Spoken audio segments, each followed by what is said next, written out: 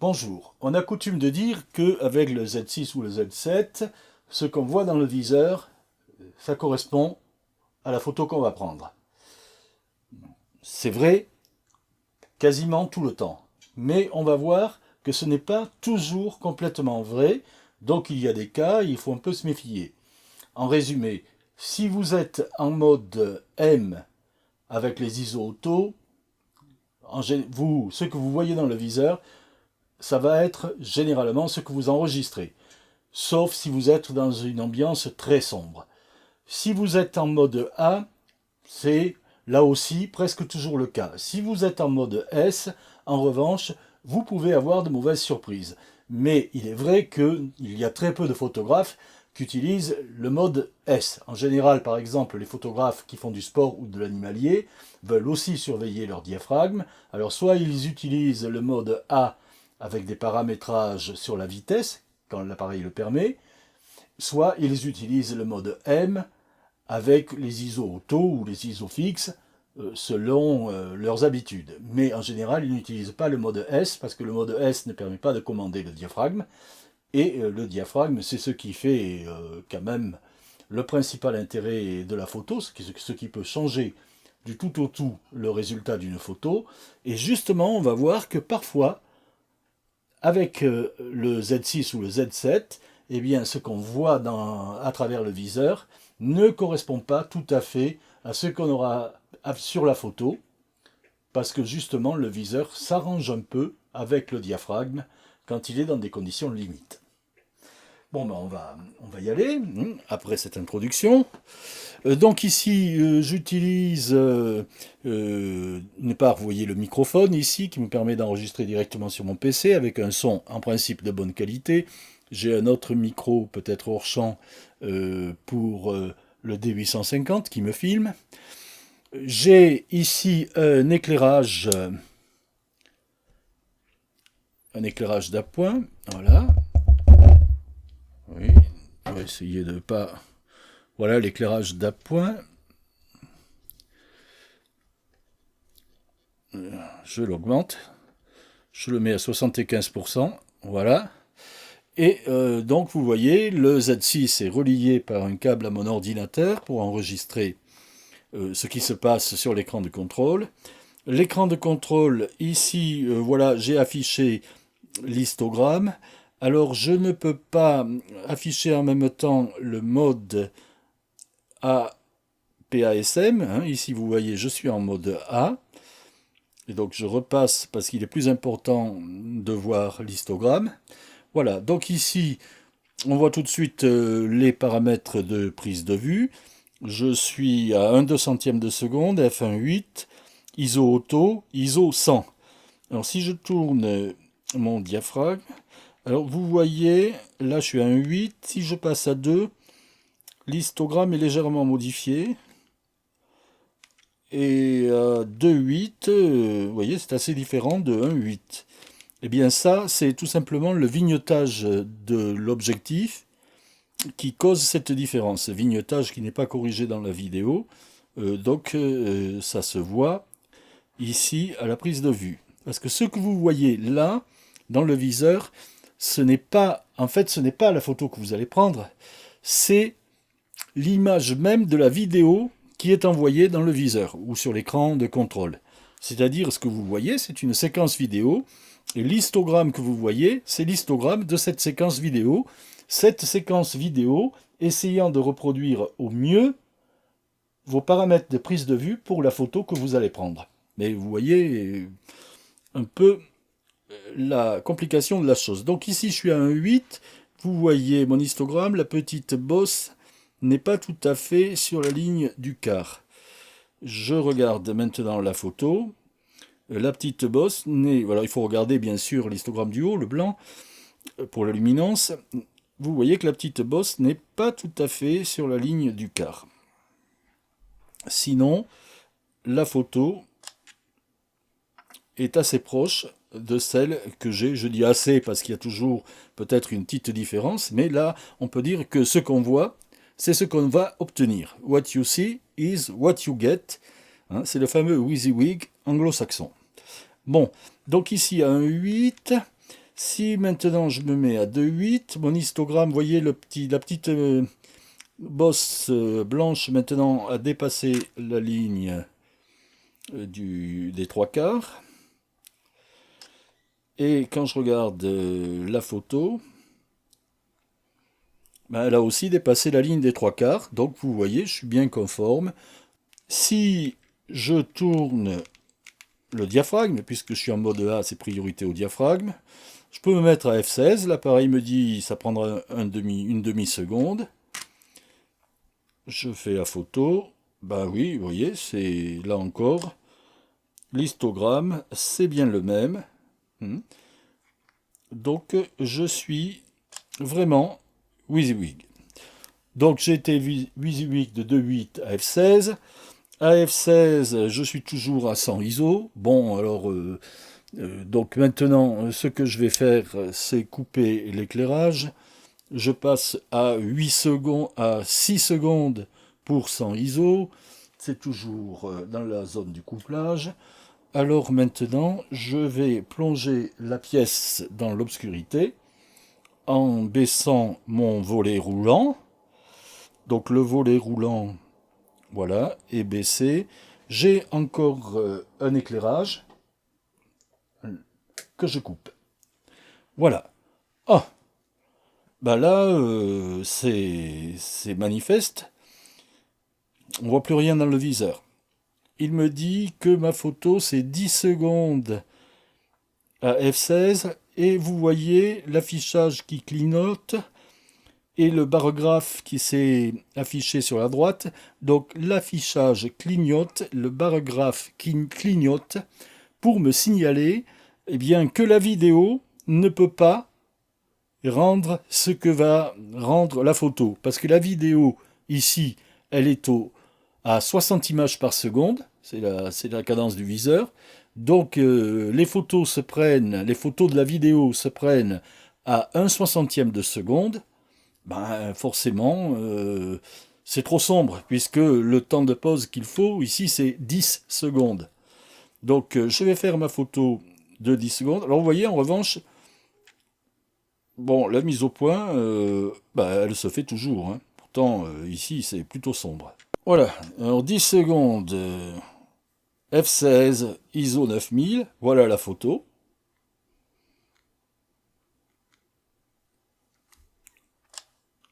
Et voilà ce que je vois dans le viseur. C'est pas pareil.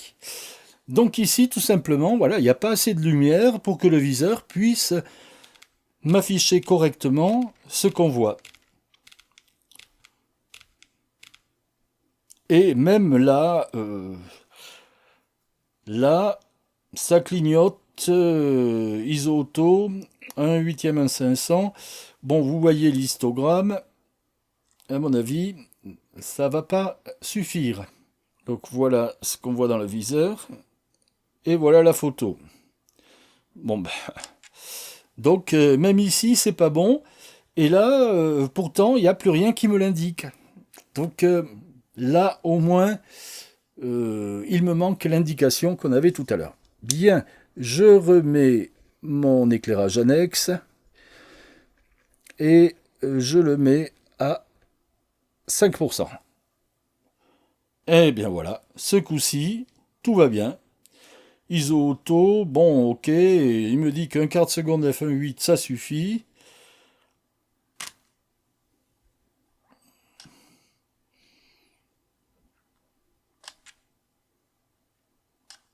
Ben voilà, il n'y a pas de problème, hein, tout va bien. Bon, alors maintenant, je peux m'amuser à fermer mon diaphragme. Alors, regardez, je ferme le diaphragme.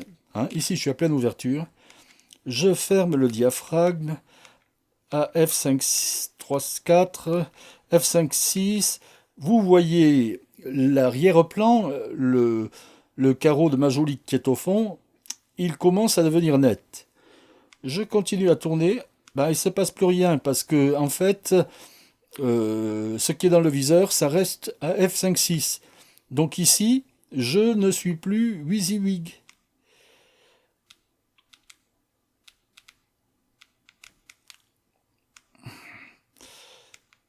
Donc ici, je passe à F16.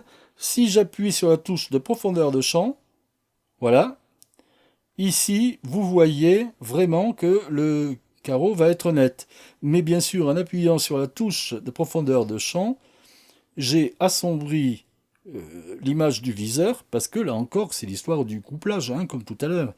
Je suis sorti du couplage possible par l'appareil. Donc, je prends ma photo, regardons bien l'histogramme. Donc, voilà la photo. Alors, tout est net, hein, jusqu'au fond.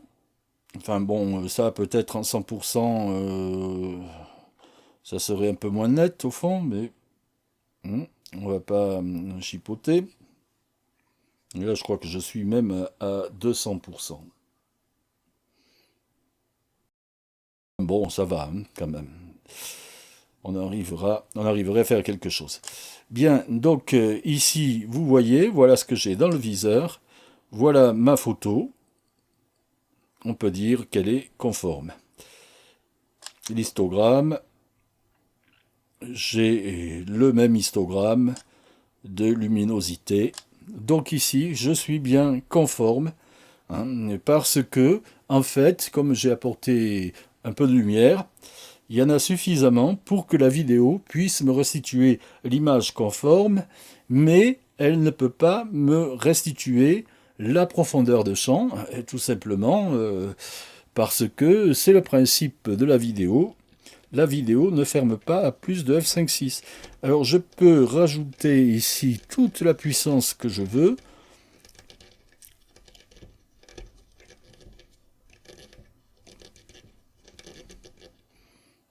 Voilà, et vous voyez que je reste à f5.6. Alors la différence, c'est que maintenant, quand j'utilise la touche profondeur de champ, l'image ne s'assombrit pas, et je vois vraiment à quoi va ressembler ma photo finale. Donc ici, je suis WYSIWYG tant que la vidéo peut m'afficher correctement la scène qu'on photographie. Je vais monter les vitesses, je vais ouvrir à fond et par exemple, je vais monter les ISO.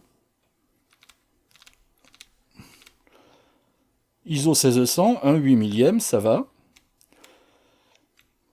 ISO 4000, ISO 6400, donc là, je suis en forte surex.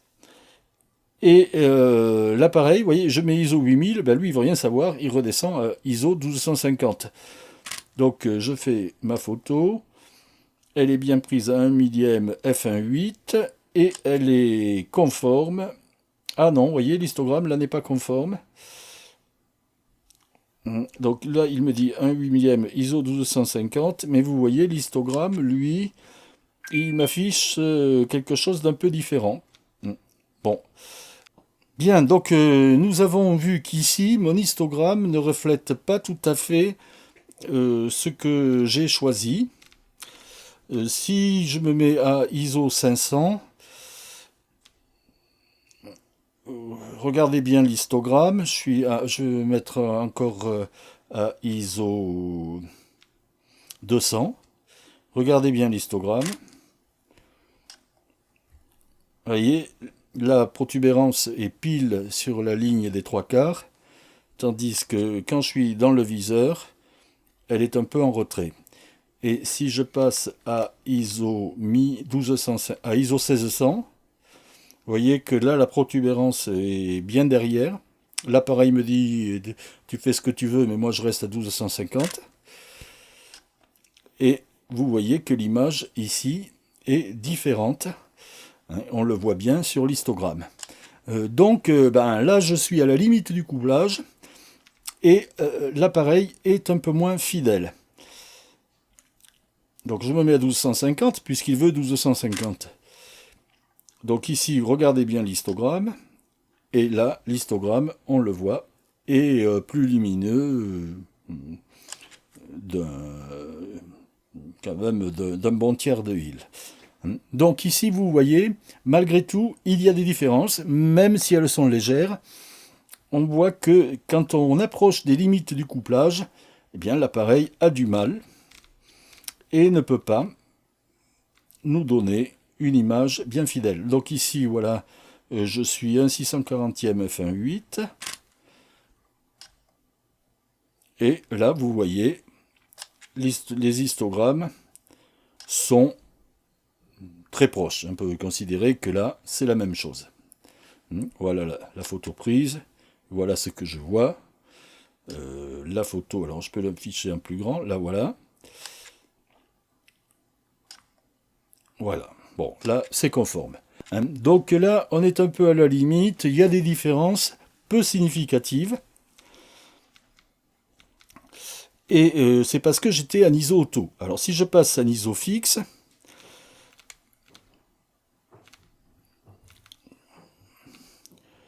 voilà, ISO 1000, ISO 1250, je suis au maximum. Donc là, je suis à peu près WYSIWYG, peut-être pas tout à fait, mais non, pas tout à fait, hein, il y a un bon tiers de huile de différence. Mais bon, ok. Et si je continue à monter mes ISO comme un idiot, là voilà, ça c'est complètement idiot comme réglage. Mais l'appareil me dit, attends Coco, tu as programmé un réglage qui ne va pas parce que tu vas être complètement en surex. Tu vas être en surex de 3 diaphragmes. C'est ce qu'on voit dans le coin, à droite, sur le barographe. Et vous voyez que la vitesse, ici, clignote. Bon, qu'est-ce qu'il affiche? Ah bah oui, hein. Complètement surex. Il me l'avait dit, il m'avait prévenu. Bon, ok. Donc là, ici, j'ai une alerte dans le viseur, mais j'ai un histogramme qui n'est pas celui de la photo que je vais prendre, c'est celui de la vidéo que j'ai dans le viseur. Donc l'intérêt, quand même, il est moindre. Alors maintenant, si je passe en mode S, je vais pouvoir faire encore plus n'importe quoi. Et vous voyez là, si je vais pas mettre une pause de 10 secondes, mais on va mettre une pause d'1 seconde. Alors l'appareil, il va se mettre à F16, mais avec les ISO 250, il s'en sort pas et il me signale qu'on va être sur X.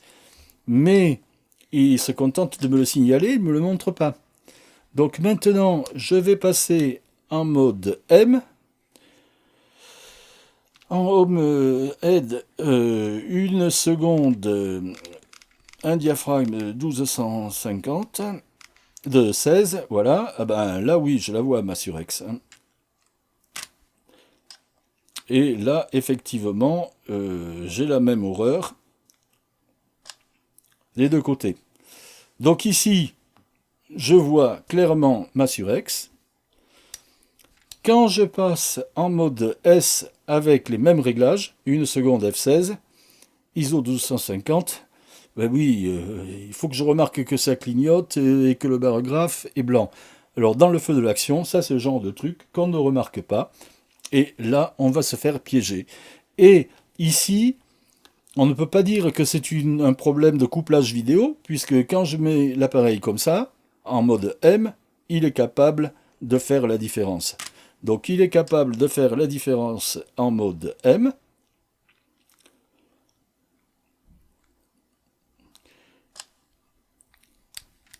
Et là, même réglage, eh bien j'ai eu dans le viseur quelque chose qui est correct et quelque chose qui ne l'est pas à l'affichage. Donc ça,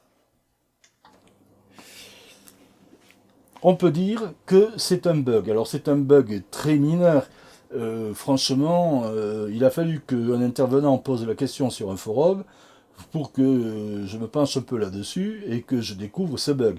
Parce que c'est quand on utilise des réglages complètement délirants. Donc bon, si on connaît un tant soit peu la photo, on n'ira jamais dans tel réglage. Néanmoins, on voit qu'en mode M, les réglages déconnants, il n'y a pas d'autre mot, on va les voir, tandis que si on reste dans le mode S ou A, ben on risque de ne pas les voir. Alors en mode A, ça sera difficile de sortir des clous. En mode S, ça sera plus facile. Alors c'est vrai que le mode S, c'est un mode que la plupart du temps, les gens qui l'utilisent sont des débutants ou des gens qui connaissent très peu la technique, parce qu'on ne peut pas contrôler le diaphragme, et que faire de la photo sans contrôler le diaphragme, c'est pas vraiment faire de la photo. Donc en général, on ne l'utilise pas. Le seul cas où j'utilise le mode S, c'est quand je veux faire un fond filé. Parce que je monte mon filtre pour ND4 ou ND3, ND8 ou ND16 sur l'appareil, et puis je fais mes filets, je choisis ma vitesse, un 125e par exemple, je sais que mon diaphragme ça va être F8 ou F9, c'est pas grave, mais là c'est le seul cas où j'ai besoin de vraiment caler la vitesse et où je me moque un peu des variations de diaphragme que je vais avoir. Le reste du temps, si je fais de la photo de sport, eh bien je passe en mode manuel, je choisis ma vitesse et mon diaphragme, et les ISO s'adaptent.